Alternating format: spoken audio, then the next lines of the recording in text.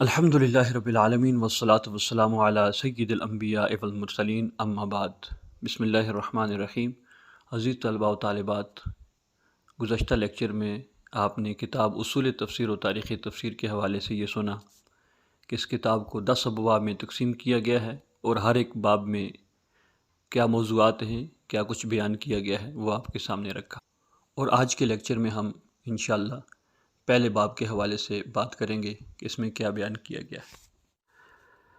تو ہماری کتاب کا جو پہلا باب ہے تعارف قرآن، اس باب میں جو تفصیلات ہمیں بتائی گئی ہیں ان تفصیلات سے میں نے کوئی 10-15 کے لگ بھگ سوالات اخذ کیے ہیں۔ ہمارا لیکچر انہی سوالات کے جوابات پر مشتمل ہوگا۔ مثلا پہلا سوال یہ ہے کہ قرآن مجید کا لغوی اور اصطلاحی معنی بیان کریں، اور دوسرا سوال یہ ہے قرآن مجید کا موضوع کیا ہے، تفصیل سے بیان کریں۔ تیسرا سوال یہ ہے کہ عظمت قرآن پر نوٹ لکھیں۔ سوال نمبر 4 یہ ہے کہ کیفیت نزول قرآن پر نوٹ لکھیں، اور سوال نمبر 5 یہ ہے کہ نزول قرآن کریم کی اقسام بیان کریں، کتنی قسمیں ہیں۔ اور نمبر 6 یہ ہے کہ ترتیب نزول قرآن کے بارے میں آپ کیا جانتے ہیں۔ اور نمبر 7 یہ ہے کہ جمع و تدوین قرآن پر نوٹ لکھیں۔ پھر 8واں سوال یہ ہو سکتا ہے کہ نبی پاک صلی اللہ علیہ وسلم کے زمانے میں جمع قرآن کے اسباب کیا تھے، ذرائع کیا تھے جن کو بروئے کار لاتے ہوئے قرآن مجید جمع کیا گیا، یعنی عہد رسالت میں جمع القرآن۔ اور پھر ایک سوال یہ بھی ہو سکتا ہے کہ عہد صدیقی میں جمع القرآن پر نوٹ لکھیں۔ اس کے ضمن میں یہ سوال بھی ہو سکتا ہے کہ عہد صدیقی میں جمع القرآن کی ضرورت کیوں پیش آئی، تفصیل سے لکھیں۔ پھر عہد عثمانی کے متعلق اہم سوال عام طور پہ امتحانات میں آتا رہتا ہے کہ عہد عثمان میں جمع القرآن پر تفصیل سے لکھیں۔ اور اس کے ضمن میں یہ سوال آ سکتا ہے کہ عہد عثمانی میں جمع القرآن کی ضرورت کیوں پیش آئی، اسباب کیا تھے، ذرائع کیا تھے، وجوہات کیا تھی، اہمیت کیا تھی۔ یہ کسی بھی طرح سے سوال گھما پھرا کے پوچھا جا سکتا ہے، یعنی عہد عثمان میں جمع القرآن کی ضرورت پر نوٹ لکھیں، عہد عثمان میں جمع القرآن کی اہمیت پر نوٹ لکھیں، عہد عثمان میں جمع القرآن کی وجوہات پر نوٹ لکھیں۔ کسی بھی طرح کا سوال ہو سکتا ہے، ٹھیک ہے۔ اور ایک سوال یہ بھی ہو سکتا ہے کہ حضرت زید بن ثابت رضی اللہ تعالیٰ عنہ کا طریقہ کار کیا تھا جمع القرآن کے متعلق، ان کے اصول و ضوابط اور طریقہ کار کیا تھا۔ تو یہ کوئی 10-15 کے لگ بھگ سوالات ہیں۔ انشاءاللہ لیکچر سماعت فرمانے کے بعد آپ ان سوالات کے جواب دینے کے قابل ہو جائیں گے۔ تو آتے ہیں جی ہم اپنے پہلے سوال کی طرف۔ ہمارا پہلا سوال بنتا ہے قرآن مجید کا لغوی اور اصطلاحی معنی بیان کریں، یا یہ سوال یوں بھی ہو سکتا ہے قرآن مجید کا لفظ قرآن کا لفظی معنی اور اصطلاحی معنی بیان کریں۔ تو یہ بات ذہن میں رکھیں، جہاں کہیں بھی ہم سے کسی بھی عربی اصطلاح کی لغوی معنی کے بارے میں پوچھا جاتا ہے یا لفظی معنی کے بارے میں پوچھا جاتا ہے، تو اس سے مراد یہ ہوتا ہے کہ عربی زبان میں، عربی لغت میں یہ لفظ اصل میں بنیادی طور پر کس معنی میں استعمال ہوتا ہے۔ اور اصطلاحی معنی جو پوچھا جاتا ہے، اصطلاحی معنی سے مراد یہ ہے کہ اس فن اور اس علم سے تعلق رکھنے والے علماء کرام نے اس لفظ کی کیا تعریف ذکر کی ہے، تو وہ اس کی اصطلاحی تعریف ہوتی ہے۔ تو لفظ قرآن، اس کی لغوی تعریف یا لغوی معنی دیکھنے سے پہلے ہم یہ دیکھتے ہیں کہ یہ لفظ کس سے بنا ہے، اصل مادہ اس کا دیکھا جاتا ہے کسی بھی عربی لفظ کا، تو یہ قراء سے بنا ہے۔ یہ 2 اقوال ہیں، اس میں یاد رکھیں، نوٹ کر لیں، 2 اقوال ہیں، یا تو یہ قراء سے بنا ہے یا قارانہ سے بنا ہے، قاف را حمزہ اور قاف را نون۔ اگر قراء سے بنا ہے تو قراء کا مطلب ہوتا ہے پڑھنا، اگر قارانہ سے بنا ہے تو قارانہ کا معنی ہوتا ہے میلانا۔ تو دونوں اعتبار سے قرآن مجید ایسی کتاب ہوئی کہ اگر قراء سے اس کا معنی لیا جائے تو اس کا مطلب یہ ہے سب سے زیادہ پڑھی جانے والی کتاب قرآن، اور اگر قارانہ سے اس کا معنی لیا جائے تو اس کا مطلب ہے جڑی ہوئی کتاب کے جس کے مضامین آپس میں ملتے جلتے ہیں اور جڑے ہوئے۔ اور جو اصطلاحی تعریف ہے مختلف علماء کرام نے لفظ قرآن کی اصطلاحی تعریف مختلف الفاظ میں ذکر کی ہے، لیکن ہم اپنی کتاب میں ہی ذکر کردہ تعریف پر فوکس کریں گے۔ ہماری کتاب میں جو لفظ قرآن کی اصطلاحی تعریف ذکر کی گئی ہے وہ یوں ہے کہ یہ اللہ تعالیٰ کا وہ معجز کلام ہے جسے حضرت محمد صلی اللہ علیہ وسلم پر عربی زبان میں نازل کیا گیا، جو صحیفوں میں لکھا ہوا ہے، جو ہم تک تواتر سے پہنچا ہے۔ اس کی تلاوت عبادت کا درجہ رکھتی ہے۔ اس کی ابتدا سورۃ الفاتحہ سے ہوتی ہے اور اس کا اختتام سورۃ الناس پہ ہوتا ہے۔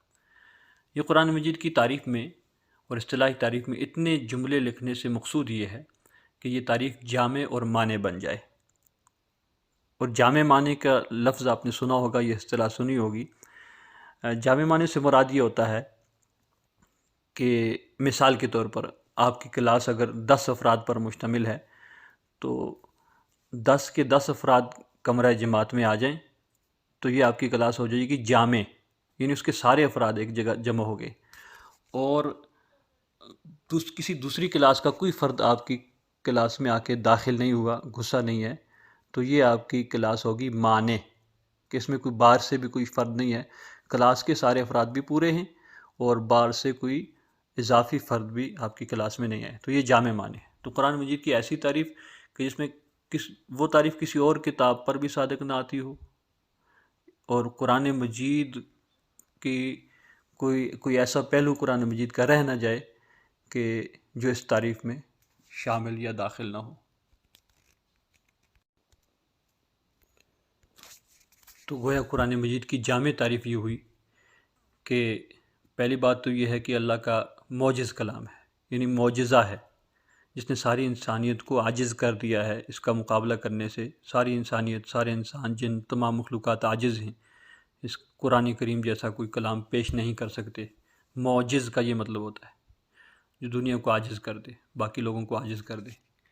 اور حضرت محمد صلی اللہ علیہ وسلم پر عربی زبان میں نازل کیا گیا۔ اب اس میں عربی زبان کی قید بھی اس لیے لگائی کہ تاکہ تعریف جامع بن سکے، اور جو صحیفوں میں لکھا ہوا ہے، کیونکہ ایسا اعتراض بھی تو ہو سکتا ہے اگر ہم قرآن مجید کی تعریف اتنی ہی کر دیں کہ یہ اللہ تعالیٰ کا معجز کلام ہے جو حضرت محمد صلی اللہ علیہ وسلم پر عربی زبان میں نازل کیا گیا ہے، تو سوال یہ پیدا ہوگا کہ جو کلام اللہ کی طرف سے حضور پر نازل ہوا ہے وہ لکھا ہوا تو نہیں تھا، تو آپ کے پاس جو کتابوں میں جو صفحات پہ کاغذوں پر لکھا ہوا ہے یہ کیسے قرآن ہو سکتا ہے؟ تو اس لیے تعریف میں یہ جملہ بھی لکھنا پڑا کہ جو صحیفوں میں لکھا ہوا ہے، جو ہم تک تواتر سے پہنچا ہے۔ تواتر کا مطلب ہے گروہ در گروہ، جماعت در جماعت، ایک بڑا فریق، یعنی ہزاروں لوگ اسے نقل کر رہے ہوں، ہزاروں سے منتقل ہو کر پھر ہزاروں، یہ صحابہ کرام میں پھر تابعین، پھر تبع تابعین، اور اس طرح سے نقل ہوتا ہوا آج لاکھوں لوگوں کے سینوں سے ہوتا ہوا ہم تک پہنچ رہا ہے۔ تو یہ تواتر ہے۔ اب یہ جملہ بھی اس لیے لکھنا پڑا کہ اگر تواتر سے ہم تک نہ پہنچتا تو یہ یقینی نہ ہوتا، کیونکہ جو بات ایک دو آدمیوں سے، 4-5 آدمیوں سے نقل ہو کر آتی ہے تو وہ اس قدر قطعی اور یقینی نہیں ہوتی۔ تو جو تواتر سے منتقل ہو کے آتی ہے وہ یقینی اور فرض کے درجے میں ہوتی ہے۔ اس کی تلاوت عبادت کا درجہ رکھتی ہے، اور اس کی ابتدا سورۃ الفاتحہ سے ہوتی ہے اور اس کا اختتام سورۃ الناس پر ہوتا ہے۔ یہ سارے جملے اس تعریف کو جامع اور مانع بنانے کے لیے ذکر کیے گئے ہیں۔ اس کے بعد ہماری کتاب میں جو عنوان دیا گیا ہے وہ اسماء القرآن کا ہے، اور وہ اتنا اہم عنوان نہیں ہے اور یہ کوئی اتنی اہم بحث نہیں ہے۔ اس میں صرف یہ ہمیں بتایا گیا ہے کہ قرآن کریم نے اپنے لیے کون کون سے نام قرآن میں استعمال کیے ہیں۔ تو قرآن کا اپنا نام القرآن بھی ہے، اور الفرقان بھی ہے، الکتاب بھی ہے، التنزیل بھی ہے، الذکر بھی ہے۔ یہ قرآن کی کن آیات میں آتا ہے یہ ہماری کتاب میں لکھا ہوا ہے، آپ اسے دیکھ سکتے ہیں، اس کا آپ کے ذوق کے ساتھ تعلق ہے۔ اس کے بعد کا جو ہماری کتاب میں موضوع ہے وہ موضوع قرآن ہے، صفحہ نمبر 25 پر۔ موضوع کا ایک عام مفہوم جو ہے وہ ہمارے ذہنوں میں وہ یہ ہوتا ہے کہ موضوع سبجیکٹ کو کہتے ہیں، یا موضوع ٹاپک کو کہتے ہیں، یا موضوع جو ہے وہ کسی مضمون کو کہتے ہیں۔ بہرحال یہاں موضوع اس معنی میں نہیں ہے، اور جہاں کہیں بھی عربی اصطلاحات میں موضوع کا لفظ استعمال ہوتا ہے تو اس کا معنی ٹاپک یا عنوان نہیں ہوتا، بلکہ اس کا معنی ہوتا ہے غرض و غایت اور مقصد، یعنی قرآن کریم کے نزول کا مقصد کیا ہے۔